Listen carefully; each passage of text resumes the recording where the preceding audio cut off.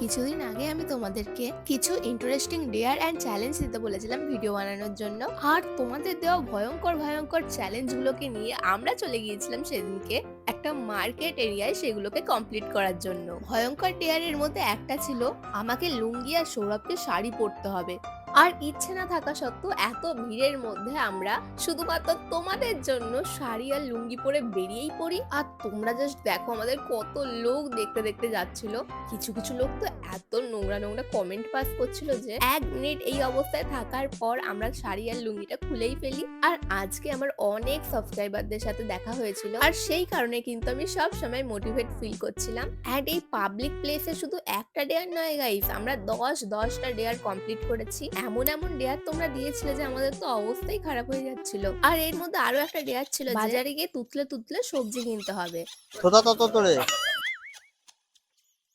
কোনটার দাম কম আছে তোর থেকে?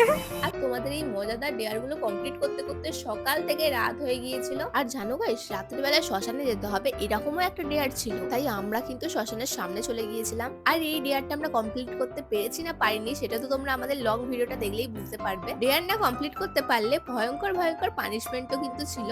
আমরা যেদিনকে ভিডিওটা শুট করছিলাম সেদিনকে সৌরভদের বাড়িতে রান্না পুজো ছিল, তাই আমি আমার বাড়িতে না গিয়ে সোজা ওদের বাড়িতেই চলে গিয়েছিলাম রাতের ডিনারটা করার জন্য। কারণ আমার রান্না পুজোর খাবার খেতে খুবই ভালো লাগে। আর আমার মতন কারা কারা রান্না পুজোর প্রসাদ খেতে ভালোবাসো অবশ্যই কমেন্ট করে আমাকে জানিও।